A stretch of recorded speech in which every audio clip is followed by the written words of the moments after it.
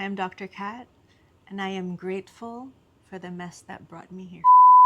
Welcome to the Mod Labs podcast, the Mod Debrief. This is your smart girl's guide to anything branding, marketing, business, and life. Today, we are joined by a very, very special guest, Dr. Katrina Gisbert-Tay, a medical doctor and the first national board-certified health and wellness coach in Asia.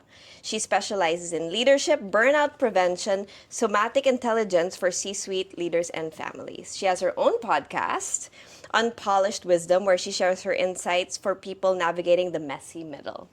Whether that be transitions in life, career, and relationships. Everybody, let's welcome Dr. Katrina Gisbert-Tay. Oh, thank you for having me. Thank you for, not a bad location for our shoot today, right? Totally. With the view. Thrilled to be here, and a big, big thanks to Mod Labs for inviting me. Thank you for coming. So for those of you who don't know, we are actually on location right now at Shangri-La Boracay for our retreat called The Weekend. Sign up for the next one. The link will be up on the website.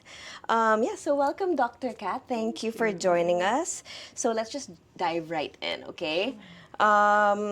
So please introduce yourself. I know I did a little bit of intro there, but that was kind of like the top line Google search. So tell us more. Oh, okay. So my background's a little bit different. So my background is in medicine. So I'm a licensed medical doctor.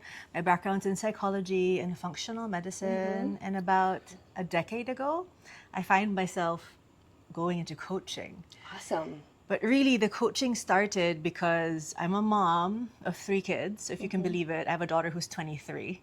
And 2 boys who are teenagers. And at the time, I said, I really wanted to be a different kind of parent. Yes. You know, the one that didn't like tell the kids what to do, but actually allowed the kids to think for themselves. I love that. Yes. And what happened was I thought I was going to learn the to-do of being a better parent, but actually I ended up having to do my own internal work, taking a look at me, noticing my own patterns, my past, what were the things I was carrying that actually was impacting my relationship with my kids. Okay. And it was hugely, hugely impactful for me. It changed not only my relationship with my kids, but also my relationship with my parents, with my family, with my husband. And it led to actually the work that I do now with a lot of C-suites. So I'm also, gotta say, perfectionist. Okay. Can relate. Yes. Burnout survivor, that's me. Guilty. Yes. And I ended up really coaching a lot of C-suites who were dealing with that same burnout. Got it.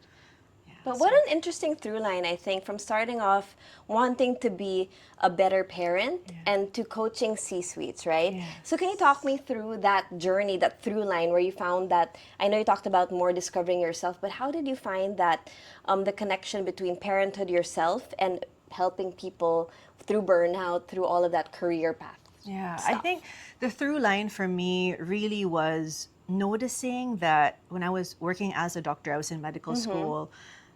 I had kids in medical school. That's why I have a 23-year-old, right? I got pregnant when I was 22. Oh my gosh. Yeah, that and was medical school. Yes, that was very. I don't recommend it. Like, don't do that ever, ever, ever. The ship has sailed. But I think the big thing for me was I had to deal with the work part, plus the parenting part, plus also taking care of me. Yes. And it was hard. For sure. It was really hard, and I had no guidance. Yeah. There was no help. No right? rule book on like what to do. No rule book, and like I said, I got pregnant, so it wasn't like I had planned to be a parent in my second year of medical school at 22. Oh my right? gosh. So that was very difficult.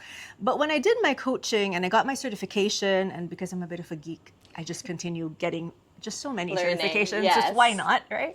Then I started getting exposed to more leadership. Like working with corporations, multinational corporations. And this was the stories I was hearing in my coaching. Yes. That people were actually very successful on the outside, but deep inside, something was missing. There was a hole.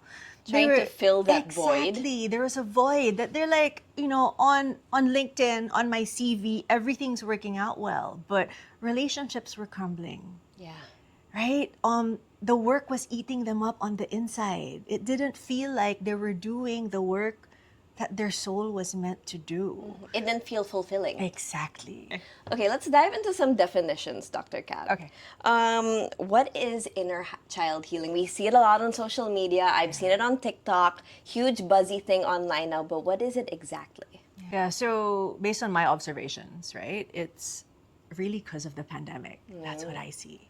Because during the pandemic, we were all forced to slow down, to pause, to isolate, and really kind of take a look at ourselves and do that inner work. And they're finding that, oh my gosh, this inner child, this younger version of me that's been neglected has been asking for attention. So they're forced to confront They're it. forced to confront When you're not, it. confronted with all the busyness of life, right? Going out, working, and now it's like, shoot, I'm home alone. And there were a Exactly. few months where people weren't doing anything, right? Exactly. And people then were realizing that actually, hey, maybe the title isn't enough. What does success mean to me? That's true. What does fulfillment mean? What do I want to do really in life? Yeah. And bringing all of that together, looking at yourself, that can be confronting for people. Or a lot of people were forced to stay home and maybe get to spend time with their family and realize, shoot, I don't really know the people I share a home with anymore. Yes. Maybe I've gotten so hurried in life, right? Were these Totally. things that, especially after the pandemic, and I truly believe that it's only now that we're starting to see the aftershocks and effects of this long term. Are you seeing more of these things come up with your patients? Oh yeah, totally. With my clients, I think the realization for them with their relationships after the pandemic was noticing, hey, so is this the person I still want to be with? That's a big one. Am I liking the version of me? Yeah, that's big. That's huge. That's huge. Yeah. That's huge. Like, am I where I thought I would be at this age? At 30, Okay. 35, 40, 50, whatever. My it is. mom told me that from the age of 28 to 30, a woman will change so much. And of course, me being like stubborn as I am, was like, no, like I know who I am. And when I turned 28, between 28, 29, 30, I was like, oh my gosh, no. And it was like, I think it was like the Saturn return or whatever, psychologically, my frontal lobe, I feel like there is a part of you that realizes, okay, shoot, maybe I don't know who I am, right? Is that something that you deal with clients as well? Yeah, no, totally. But I'm curious for you. I want to stay with that a little bit. You knew this was coming. Okay. Which is, well, Monica Dizon, I mean, you're doing so well in life, right? You're so successful with, Mod Labs in the company and your career. Because of the team behind the course. camera. But what does fulfillment mean for you? And are you at that stage where you're like, this is where I want to be? I think for me, a couple of years ago, and V and Tin, who are CEO and our Chief of Growth, behind the camera, you guys can't see, they know that it was a huge period of transition for me last year. I got out of a long-term relationship. By the way, you guys, Dr. Kat doesn't know any of this, okay? This is all new. I got out of a relationship. I was with someone for almost a decade. Wow. I completely shifted career. So that was something that was like a big shift for me. And again, I went back to my mom and I was like, yeah, right. When I was 27, I was like, no, I'm going to be in this career forever. I'm going to be with this person forever. And when I turned 28, 29, it was like, hold on, maybe this is not the career I want to be with. Yeah. So I think for me now, I'm just getting to know this version of myself. And I think I'm liking her a little bit. I think I'm getting to like her more and more as I grow into myself. I think that this is the most confident version of myself thus far. My mom will probably laugh. My parents will probably laugh because the joke is from when I was a kid, I was like not a shy bone in my body. I can see that. Yeah. But I think that it's true confidence now. It's not just being, the most confident seeming person in the room anymore. It's more self-assured within me. No, I love that. But Yeah. can I ask a personal Of question, course. if that's okay? Yes. So it's so easy to get and tell the story Yeah. of like, this is where I was before, Yep. and this is what happened, and this is where I am now. Yes. But what happened in the in-between? Oh gosh, lots of crying. Exactly. Therapy. So I did do like the inner. So when you were talking about the trauma of my family and how it affects you, I had to go through all of that with my my doctor as well.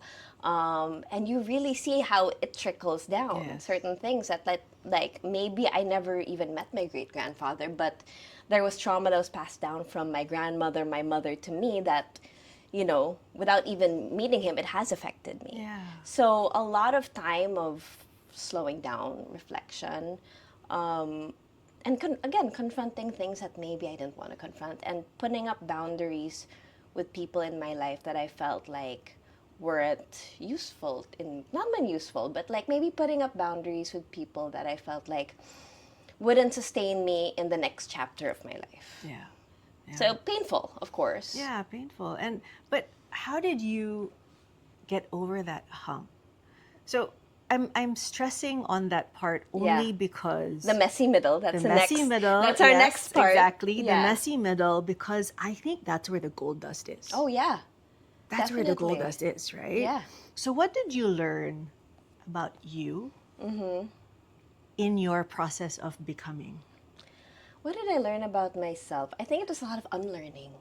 Oh, I think it was a lot of undoing a lot of preconceived notions about myself, a lot of expectations. I think growing up as a Manila girl, there are a lot of things that are put on us as girls from our alma mater. You have to marry at a certain age. You have to marry from a certain type of family. You have to go into a certain type of career, and those were things that I realized I thought I wanted, Yeah. and I didn't. Turns out. And so, what is the integrated, more empowered version of Monica that's showing up now? What is her battle cry? What is she about? I want to meet her. Can I curse on this podcast? Hell yes. It's no fucks, really. Like, I think at this point in my life, I think I also, if you met me about couple years ago even, I had a lot of kind of, there are a lot of things that are put on you in terms of like, yeah, or cringe, or what will people say? And I think now it's just kind of like, F it. Like, do what you gotta do. Maybe it's not being friends with everybody or having to be liked. And I think that was something that I struggled with during the messy middle was maybe I won't be invited to every party. Maybe I won't be friends with people. Maybe it's being left out of certain occasions, and that's fine. And it does suck, right? In the minute, like when you see the photos online, you're like, shit, I used to be friends with that person, and now I'm not invited to their wedding or whatever, right? But then it's realizing, but do I need that? Right? It's that validation of like, no, I'm fine, happy for them. No, I love that. And what it sounds, I love what you said. No Yes. fucks. Me too, right? Yes. So I'm considerably saying- older than you, and Not I'm that the same, considerable. But that said, right? For me, what's coming up as well, it's a recalibration of values. Yes, 100% that's what it was for me. And it was not easy. I'm saying no fucks. I don't mean that didn't hurt.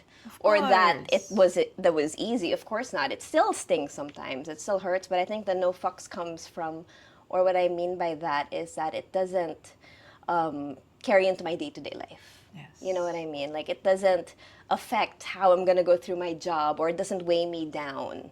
I see the bigger purpose, maybe. Yeah. And you said unlearning. Yes. For me, the word I'd love to use, right, which I feel is much more powerful than unlearning, Yes. is integration. Oh, I love that. Okay, I'm going to So- start using that. Yes, because unlearning gives a connotation that, oh, it didn't work, I gotta let it go. Or it's creating space for new values and new Exactly. things. Got it. But actually, integration just says, yes, this was a part of my history, this was a part of my past, but it doesn't define me. I love that. And I choose what defines me. Yeah. I love that. Okay, so let's go. We touched on it a little bit. You have a podcast, okay, called Unpolished Wisdom. Yes. Where you talk about career transitions, all of your clients, burnout, everything. Can you share a bit about what the messy middle is? We talked about it earlier. The term came up. Explain what the messy middle Oh is. gosh, that is a bit of my hobby horse and my personal passion, because I think, particularly post-pandemic too, right? Yes. Before that, there was a lot of hunger and wanting for everything to look perfect. Been there. For everything to look a certain way, Yes. social media, you have to have an image. Curated. Exactly. It's Aesthetic. curated, aesthetic, which I get. And I love beautiful things, and I get that. Hello. Exactly where we are. But I think there's a big wanting now for what's real, for what's authentic, for honesty, for vulnerability. And I think the best parts of that really comes out in that messy middle, the transitions of life. And you illustrated that so beautifully in your sharing. Thank you for sharing that. And really, I think in that messy middle is the gold dust of the biggest lessons in life. It's that shifting of identity, which you did, right? And it's messy. It's really messy. Yeah. It's not pretty. No. It's I cry on my podcast. My guests cry on my Yeah. podcast, and it's really not the easiest conversations. But I think the messy middle that's the conversations that we need to have. Yeah. Because how will we be able to support others if they don't know that actually, honey, we've been through it. Yeah. It's tough, but there is something on the other side. And there are things you can take away for yourself, a different version of you. I mean, not I want to say better, but just a version 2, Yeah. right? That I can agree. take that. 2.0. Yeah, definitely. And also, I think there's a certain magic in diving deep into the messiness, because I think we'll go a little bit woo-woo here, okay? Let's go. I think our future selves are always pulling us from the present Yeah. into what's possible, Into our new reality. into our new reality. And the big one, I think that's missing for a lot of people is acceptance. Okay, so how do you get them there? Let's say someone who is so in the thick of it, in the depths of things where they can't see the other side. How do you bring them there? Like, what do you suggest for people to bring them to rewrite their stories? Well, okay, so I think the first thing that people really need to do is to pause, is to notice, pay attention. Hey, what's really going on? Yeah, take stock, take inventory. Exactly. And to not fix. I think a lot of people want to fix things right away. It feels icky, right? The messy Yeah. middle. It's like, I don't like it. And people, when they want a life change, they want it tomorrow. Exactly. Okay. Can I just get to version 2? Yeah. Now Right? na. Now, exactly, right now. But it's not like that. Yeah. So it's paying attention, looking inward, doing that inner work, and then coming into awareness, noticing, hey, what's really going on? I'm feeling this. So now what? What does it say about me? Do I like this? Can I make a different choice? Right? The next one is acceptance of what's coming for you. Because Yeah. I think the issue for a lot of people that I coach, It's fear. there's fear, definitely. And the second is they just don't want to accept that, for example, these things didn't work. Yeah. Right? I'm going to fight for it. Whether it be a career or relationship, anything. Yeah. Exactly. This can't be happening to me. This I can't work be too happening. hard. I work too hard. This is impossible. But see, it means that they're not really present where they are, where they need to be. Because when you're in acceptance, and I'm not saying in acceptance, nothing will change. That's not what it means. In acceptance, you just say, you know what? Okay, this is it. This is what's happening in my life, not to me, right? Because I think life happens for us, not to us. I agree. This is happening, and now what? And then you can take action. So the mnemonic I give my clients there is pay attention, come into awareness, accept what's happening for you, and then take action. And if it's not working, choose differently. You can always There's choose always a differently. choice. Always. Right? I love that. Thank you. And I'm going to start using that integration. Okay. Why do you think people resist it so much, aside from fear? Because they have to really take a look at their identity and the rewriting of that identity. All of a sudden, they're not who they thought they are. You And think it's that's a bit really of uncomfortable. denial? Yeah, it is. And they're holding on to what's comfortable.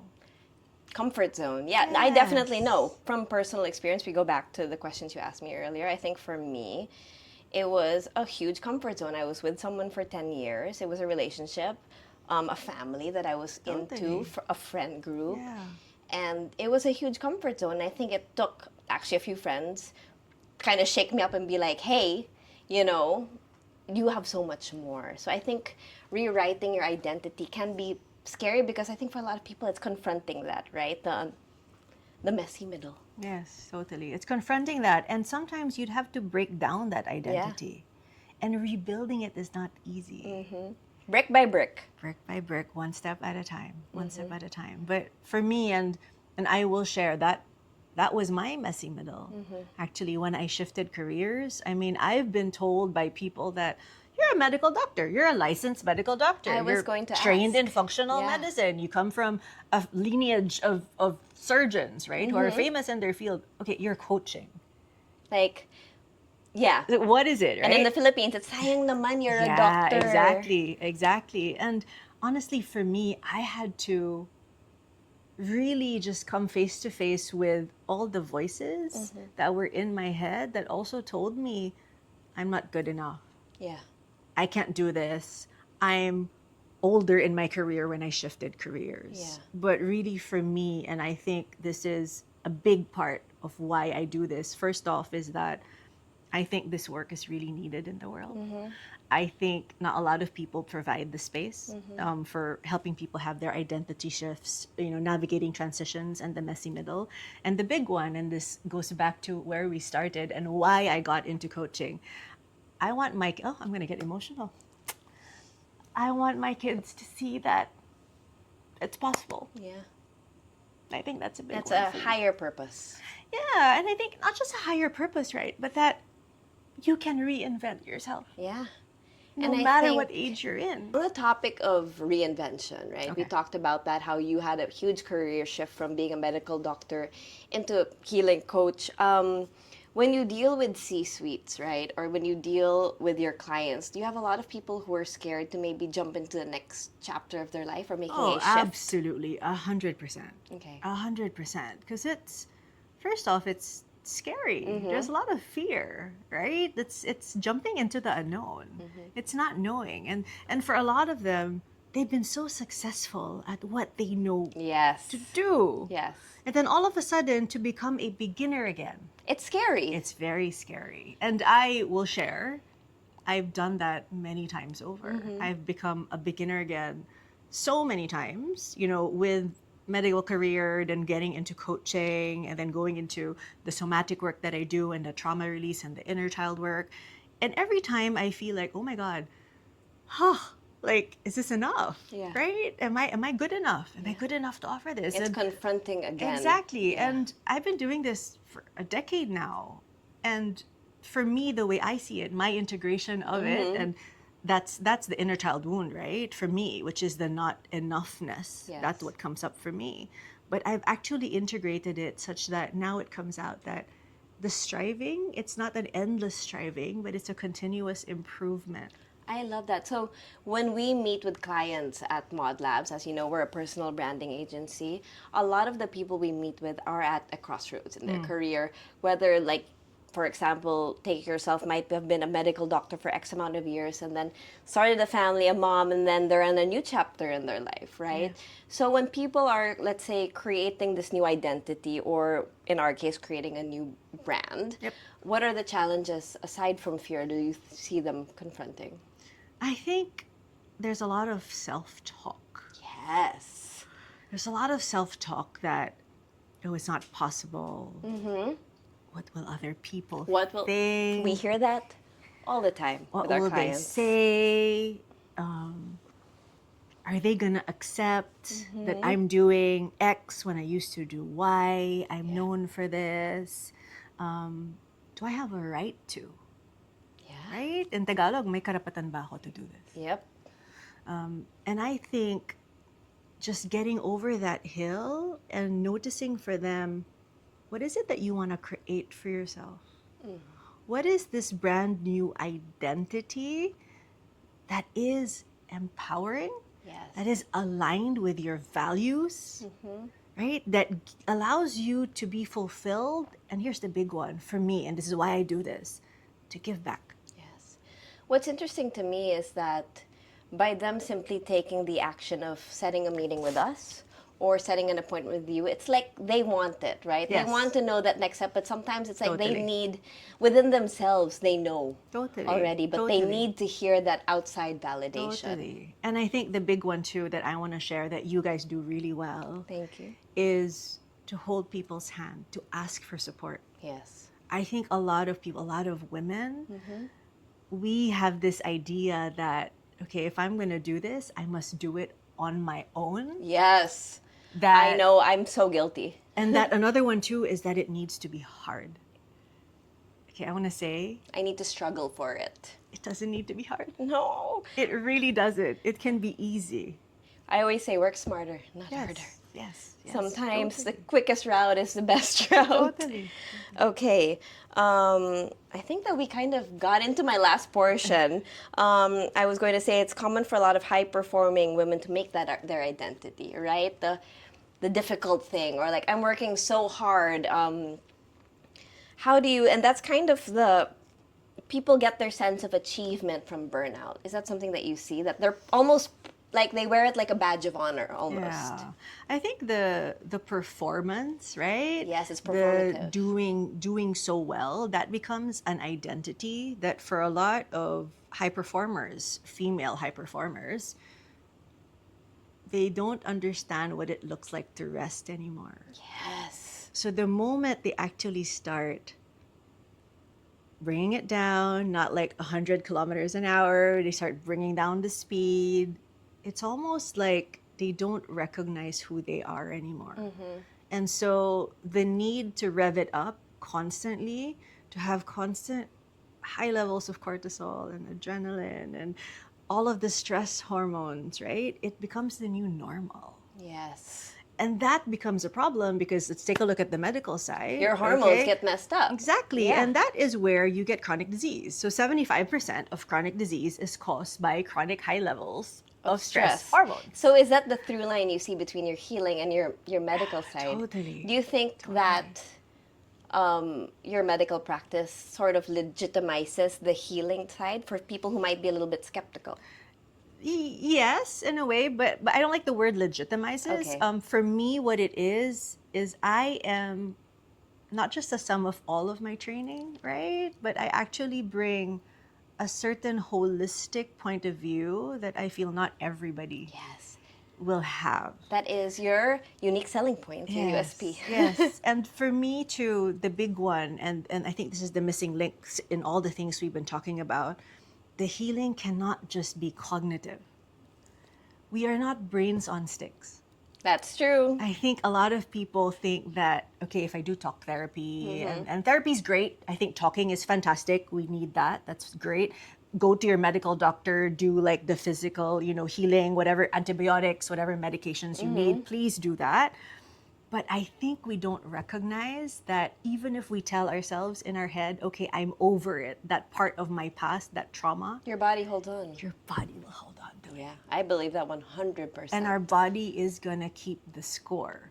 So our body sometimes doesn't get the note that our brain's gotten. Got it. And that, back to our triggers that we Yes. talked about, that's where the triggers come out. Full circle from the start. I love it. So what are physical manifestations then? We're talking about somatic healing, right? That's something that you specialize in. What are manifestations of those triggers physically? Oh, the big one is like just constant pain, right? Chronic For pain. people, chronic Okay. pain. And it may not even be something very bad, like a bad migraine, but for some people, it's just aches. It's that tension, right? For other people, ulcers. Breathing, very shallow breathing, right? That's why for some people, they're not able to breathe deeply and they get themselves into a panic attack. Got They it. get anxiety. Yeah. That's a symptom as Okay. well. Back pain, Okay. right? That pulling, that constant pulling. And it's all because of the psoas muscle, truly, and which is what I work on when I do my trauma release exercises. So the psoas muscle, PSOAS, it's actually the only muscle that connects your upper body to your lower body. Yes. And when you are, oh yes, Pilates instructor, she knows this. And when we're stressed, it contracts. Yeah. And if we're not able to actually release that, as you know, it's connected to your diaphragm, Yep, to your everything's breathing. It's connected. all connected. And so without that release, without allowing your body to actually let it go and do its own healing, because we can all heal ourselves. Yeah. We have the capacity to do that. That's amazing. We've just forgotten. That's awesome. We've forgotten. Okay. So how can leaders build ambition that is sustainable then? Oh gosh, that's a really good question. I think the big one is, first off, have that power of the pause, the Power noticing, of the pause. the attention, and the willingness to rest, to recover, to take care of ourselves. What does that look like? Oh, it could be honestly as small as taking deep breaths in between meetings. It could be taking a walk. It's noticing energy around you. Or is this energy that you're with, the people you work with? Boundaries. Exactly. Is it fulfilling you? Is it filling you up? Or is it taking from you? Yeah. Right? And I think even the most successful people, the reason why they hit a ceiling is they don't notice that their energy is leaking. Awesome. Okay, so just to wrap things up here, what is one gentle practice people can start today listening to this? Oh my goodness. I think one gentle practice that you can absolutely start today is, and you and I can do it, is to pause and take a deep breath.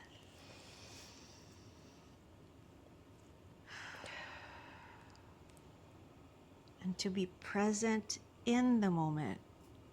And to just be in gratitude. I am in gratitude for you and for Mod Labs and for the amazing team. Thank you for being here. And just really, just to be grateful for being alive, for being here, for the gift that you are, for the gift that you all are.